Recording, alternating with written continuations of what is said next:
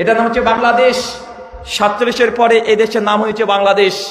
কিন্তু 47-এর আগের ইতিহাস যদি দেখা যায়, গোটা এই বাংলাদেশ তখন ভারতের একটা অংশ ছিল। ছিল কি ছিল না কথা বলেন?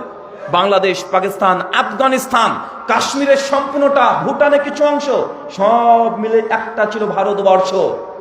আর এই ভারতবর্ষ তথা আপনাদের বাংলার এই ভূখণ্ডে, ভূমিতে ইসলাম কিন্তু আজকে আসেনি। যদিও কিছু পীর সাহেব ক্রেডিট নিতে চায়, বলে যদি এই বাংলার ভূমিতে যদি পীররা না আসতো তাহলে সবাই নাকি হিন্দু থাকতো। ভাই বলে কি বলে না কথা বলেন?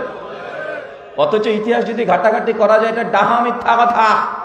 পীর সাহেবদের বহু পূর্বে বাংলার জমিনে অলরেডি ইসলাম চলে এসেছে, যার জ্বলন্ত দৃষ্টান্ত একশে প্রকাশ্যমান পাওয়া যায়।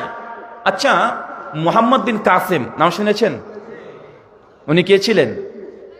মুহাম্মদ বিন কাসেম 91 হিজরি 711 খ্রিস্টাব্দে তিনি সেই সময় ভারতে ঢুকছেন। কোথায়? বর্তমান পাকিস্তানের করাচি দেওয়াল বন্দরে। সেই সময় রাজা দাহিরের সঙ্গে যুদ্ধ করে, লড়াই করে তাকে পরাস্ত করে ভারতবর্ষে অলরেডি সেই সময় পাকিস্তান কেন্দ্রিক ওই জায়গাগুলোতে অলরেডি ইসলাম চলে এসেছে। কিন্তু কিছু বদমাশরা দাবি করছে ইসলামকে বিকৃত করে যে ভারতবর্ষে নাকি ইসলাম নিয়ে এসেছে। কার নাম হচ্ছে পীর সাহেবরা। পীররা তো অনেক পরে এসেছে রে বাবা, তার আগে অলরেডি ইসলাম চলে এসেছে।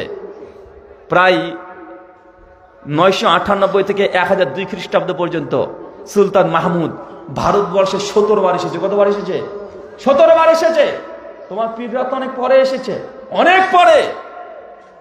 বাংলাতে ইসলাম যখন প্রথম প্রবেশ করে ইখতিয়ার উদ্দিন মোহাম্মদ বখতিয়ার খিলজির আমলে 1204 খ্রিস্টাব্দে, আমার যে বাড়ি মুর্শিদাবাদ থেকে কিছুটা দূরে, মাত্র 20 কিলোমিটার দূরে নদিয়া, ওই নদিয়ার নবদ্বীপে ইখতিয়ার উদ্দিন মোহাম্মদ বখতিয়ার খিলজি তিনি প্রথম আসেন। সেই সময়কার রাজার নাম কি ছিল বলতে পারেন? লক্ষণ সেন। মাত্র 17 জন ব্যক্তিকে ঘোড়ায় চড়ে মুসলমানরা এসেছে। লক্ষণ সেন পালিয়ে এই বর্তমানে আসাম যে জায়গাতে, এই জায়গাতে অবস্থান করেছিল। আপনাকে আমি এতটুকু বলতে চাই যে কিছু মানুষ ফায়দা লুটার চেষ্টা করে ইতিহাসকে বিকৃত করে। তারা বলতে চায় ইসলাম এসেছে পীরদের মাধ্যমে। এই কথাটা মিথ্যা কথা। আরে ছোট্ট কথা বলি আপনাদের, এই যে কুড়িগ্রাম একটা জেলা আছে না? আছে তো কুড়িগ্রাম জেলার রামদাস মৌজা 1987 সালে একটা বড় বাগান, বাঁশের বাগান একদম স্তূপ হয়েছিল। ওটা পরিষ্কার পরিচ্ছন্ন করার জন্য সরকারের তরফ থেকে যখন ওখানে খনন কার্য শুরু হয়, সেই সময় 15 ফিট বাই 9 ফিটের একটা মসজিদ পাওয়া গিয়েছিল। আপনাদের জানা আছে? 15 ফিট বাই 9 ফিটের একটা মসজিদ পাওয়া গিয়েছিল ওই জায়গাতে। ভালোভাবে যখন তদন্ত করে দেখা যায়, ওখানে মিম্বারও একটা পাওয়া গিয়েছে, একটা টাচ, একটা প্লেট পেয়েছে, খোদাই করে লেখা আছে লা ইলাহা ইল্লাল্লাহ। তারপর লেখা আছে 69 হিজরি। কত হিজরি কথা বলেন? তার মানে বোঝা যাচ্ছে যে বাংলার ভূমিতে, বাংলাতেই 69 হিজরিতে মসজিদ প্রতিষ্ঠা হয়েছে। মানে এটা আপনাকে বুঝে নিতে হবে সেই সময় অলরেডি মুসলমানরা বাংলার জমিনে চলে এসেছে। নচেত কালেমাটা পেল কোথা থেকে? 69 হিজরি দিয়ে প্রমাণ হয় 69 হিজরির মধ্যে বাংলাদেশের মধ্যে অলরেডি ইসলাম চলে এসেছে। আলহামদুলিল্লাহ। আপনারা সেই ভূখণ্ডের মানুষ যে নবী সাহাবীদের প্রজন্মে ইসলাম অলরেডি চলে এসেছে। সর্বশেষ সাহাবীর নাম হচ্ছে আবু তুফাইল রাদিয়াল্লাহু তাআলা আনহু। 110 হিজরিতে তিনি ওফাত হয়েছেন।